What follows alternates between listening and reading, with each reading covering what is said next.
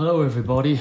I've seen recently that there's been quite a few people that have had problems setting up the parallax between the iPad and their drawing surface. So when you're drawing here, it's important to get the parallax correct between the angle of your iPad on its stand and the drawing surface. These two surfaces are not 45-degree angles to each other. If I turn this around, you'll see that obviously this is leaning back slightly on the stand.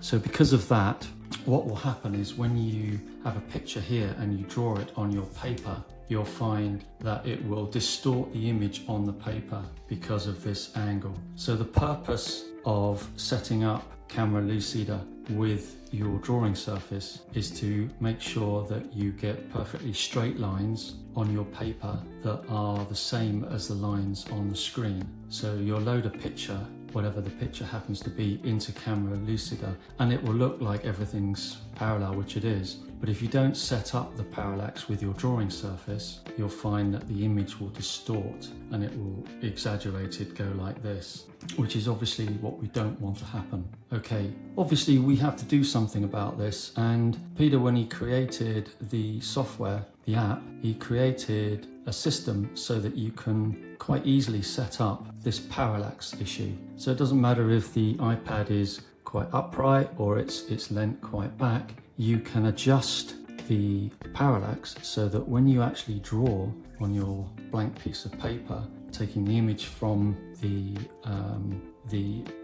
iPad, you can actually get it so that the lines are actually straight when you draw them on the paper. So that point is important. Just to recap, the reason we do it is so that we don't get distortion between the image on the screen and the image when we draw it on the paper. So although it looks like everything's square on the screen, which it is, it doesn't necessarily mean that it's square on the paper. So we obviously have to do something about that. Now there are two easy ways of adjusting the parallax between the Camera Lucida screen of the image and your paper.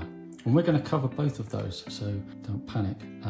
Now there are various things you have to do to prepare for this, and this is what we're about to go into now. The first way of setting up your parallax is to use the provided sheet, the image that Peter has provided, and to put this down on your drawing surface. So pretending this is your piece of paper you're going to draw, and loading that same image that you've printed out here into your screen. So if I load that in, you can see that we've now got the image of this, and we've also printed it out. So we've got two copies. We've got the image on the iPad, and we've got the printed sheet straight off our inkjet or laser printer. So that's step one. Okay, so in my instance, I'm going to be using the OSMO device so that I can draw in front of the screen. So next thing to do is to pop on the OSMO onto your iPad. That just pushes on. It's very cheap, £10 UK, $12,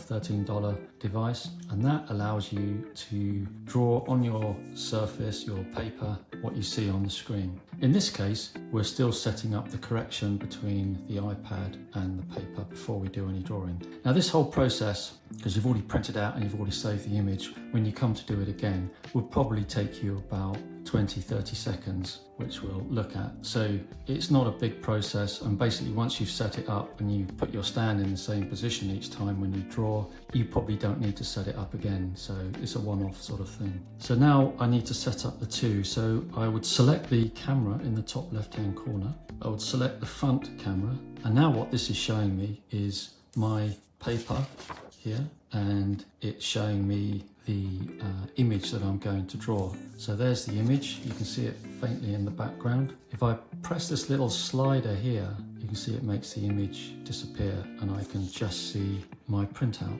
or what would be my drawing surface. So if I press that again, I can now see the background image. So you can see that for all intents and purposes, it looks nice and square on the screen, which it is. When I put my piece of paper there, you can also see that it's not particularly square. You can see the circles here are quite oblong compared to the circles on the image, and you can see that this square in the middle, which is some text with a square box around it, is actually looking more like a rectangle. And you can see that basically the lines that are on the image here, which are dead square to the iPad, are actually not dead square to the actual paper. So you can see on my image here of the paper, you can see that it's running out to the degree that it's sort of in line down here, but up here it's almost a square out. So you can see what it's doing. It's basically doing this parallax thing where it's sort of skewing the image like this. And we don't want that, obviously.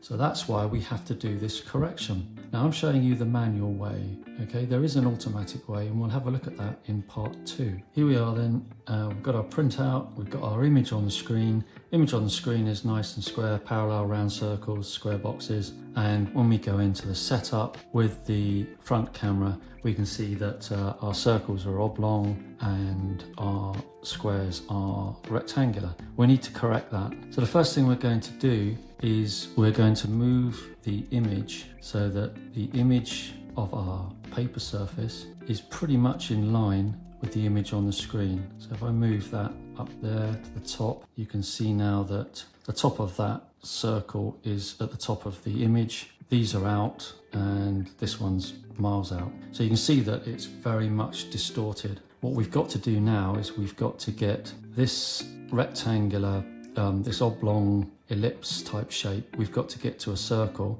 We've got to get these to circles.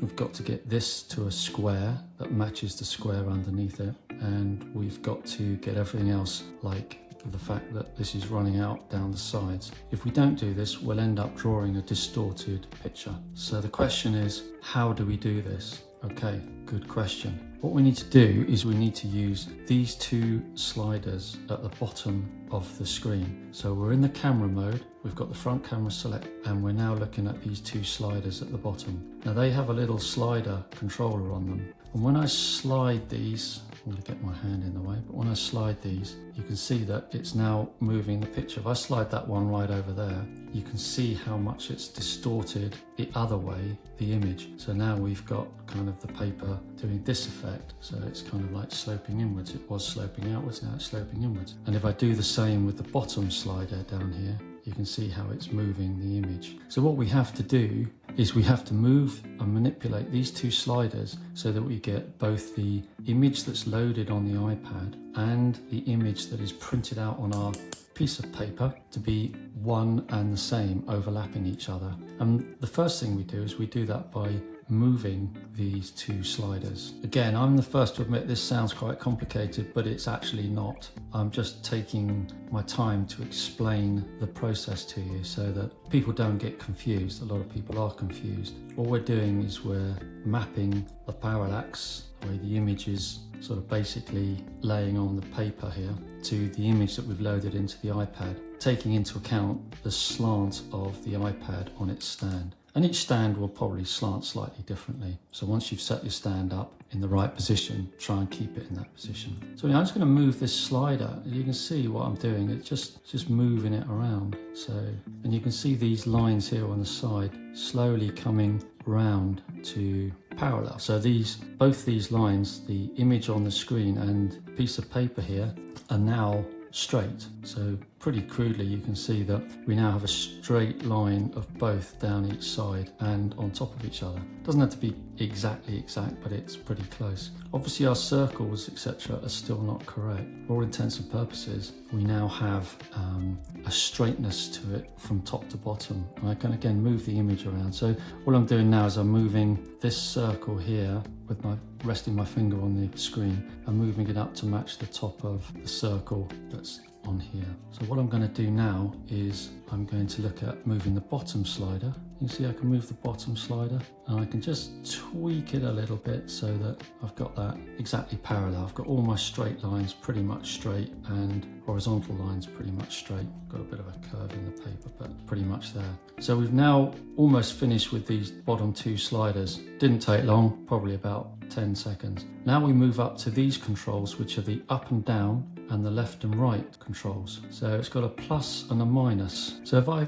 tap the minus, you can see what it's doing. It's slowly, every time I tap it, it's bringing those circles back to being circles. So again, I can move that up to the top to match it over so I'm lining up the two top parts to the top. You see I'm almost there, really. I've got, this one's a bit out, these two are slightly out, but if I tap the minus a bit more, you can see even the text is starting to overlap exactly on each other. Maybe a touch more, you know, almost within 5-10 seconds. I would say for most of the stuff that I do, that would be good enough. That would be good enough to say that the correction between the angle of my stand with the iPad on it and my drawing surface, I will not get any distortion. So when I draw something that's circular down the bottom of my painting down here, it will end up being a circle and not an oblong. So I've done that. Again, I can tweak it left to right. If I want to bring it in slightly, you can keep tweaking it till you're happy with it. Keep getting it till you feel like it's exactly how you want it. This will depend on how pedantic you are.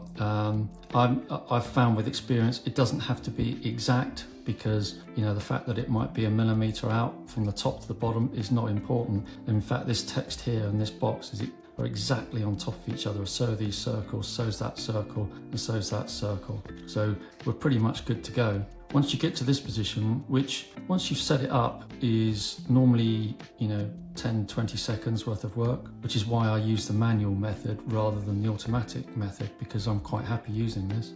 What I want to do is I don't want to have to do this every time I do a painting or a drawing. So again, Peter's accounted for this by having the save and the restore. So if I just press the save now, it says, would you like to save these camera settings? So we select yes. So now what I've done is I've saved to Camera Lucida the settings to say that if I use this stand in the same position and I've got my front camera and I'm drawing here, if I want to get this back into alignment, I don't have to go back to using these sliders and doing all the other bits and pieces. All I need to do in the future is just press the restore button. So once I've set it up, I press save. I can switch off the iPad. I can, you know, carry on checking my emails, etc., go back into Camera Lucida, load up a picture, then go into my camera setting here, press restore, and bang, it's restored it. Okay, so it doesn't matter, you know, if I came in and somehow it all gone really bad and just looking like this, and I thought, oh no, I've got to go through all that routine again, which to be fair only takes me 10-20 seconds. I can just go into my camera, I can press restore, and there it is, back to exactly the right position. I can even I can come out of Camera Lucida, I can close the app down, I can switch the iPad off. Whatever I do, it doesn't matter. Save and restore. Now I can press the camera again that's flashing. Now I'm ready to draw my picture. So I can go into my load picture, go to my camera roll. I can find a picture that I want to paint or want to sketch. So I'll go through and load a picture in, and I'll get my piece of paper or whatever I'm going to be drawing on, set it in front. So I've now got my picture here, and I've got the picture that I want to paint. I can resize it, do whatever I want to do. Always remember this is the setup mode, not the drawing mode. So I've got that position potentially where I want it on my piece of paper. Take my piece of paper down so it doesn't move, this doesn't move, and I've got everything in proportion. So when I draw these wheels and these headlamps and everything else, it will come out exactly as it is on the picture now, and it won't be distorted. Now once I'm ready and I've set it all up, I can go down here to draw mode. I've got to be in draw mode to start drawing. So I go into draw mode, and here I am. So I then start sketching my image, and I can change the transparency of my paper and the transparency of the image just by using this slider. And I've covered that in other videos. Perhaps have a look at my other videos if you want to go into more detail about how to adjust the settings so that you can draw, or you can draw on a bigger piece of paper, etc. That's covered in my other videos. So again, I'm in draw mode here because all I can do is go back and use the transparency. So if I go back, I'm now out of draw mode, okay? And that's it. So that's the manual way of setting up Camera Lucida. And as I say, once you've set it up once, as long as your stand is in the same position, you don't have to do anything except occasionally just press the restore button to get it back to how you had it. Now, if you move the angle of your stand, this is why I've marked up my stand so that when I collapse it down, I can put it into the same position. If you move these angles of perhaps the back, so it's more upright or leaning down more, or you've got it on a different thing that you're leaning it against, or the distance between here and here is different. If you change those, that will obviously change your correction angle between the iPad and your drawing surface. So if you did that, you would, yes, have to go in and readjust these settings because you've changed something about your setup. Again, what you'd have to do is you'd have to load up your sheet. So you'd have to go back to getting your old printout that you got saved away somewhere. You'd have to go back to your camera roll. You'd still have that copy on there. You'd load that in and you'd go through the process again of basically adjusting the image on the screen with your printout. And again, you'd go back into camera and you'd use these slider controls at the bottom. Once you've got it set up for that new device, you could then save those settings and you can use those settings in the future. So that is method 1, the manual way. That whole process, even having to redo the whole of these settings from scratch, takes me about 20 seconds. So if it's taking you longer than about a minute to do this, you're doing something wrong. You need to have a look back at this video and just go through it step by step and see how to do it, because it is very, very straightforward. Now, when you want to start drawing, obviously you press the camera, the flashing camera again, just to go back to your normal Camera Lucida, and you're ready. You don't need this anymore. Just use your piece of whatever you're going to be painting or drawing on, and you go back to loading an image. Doesn't matter what image you're drawing, and you go back to setting it up to how you want to draw it, and away you go. Now, I hope that's helped. This is stage or process 1. 2 ways of setting up this correction issue between the angle of the iPad and your drawing surface. This is the manual way. In the part 2 of this video, or maybe it could be another video, I'm going to show you how to use the automatic way of doing that. Anyway, guys, I hope that's helped. Please like, if you can, if you like the video, just put a like, a thumbs up, that would be great. If you want to see a lot more Camera Lucida and other videos, then on my channel, just subscribe. I don't pester you with anything, but it does give YouTube algorithm the indicator that you're liking what you're seeing. So just subscribe, and every week or so I'll post a new video and we'll go into more details about how we do these sort of drawings. And I'm going to cover one quite soon that's covering how I create these images that you can see here, for example, which is an urban sketch, but how I use artificial intelligence to create these sketches that I can paint and draw. That one's going to be quite an interesting one. Anyway, please like and subscribe, and I will see you either in part 2 or the next video. Cheers.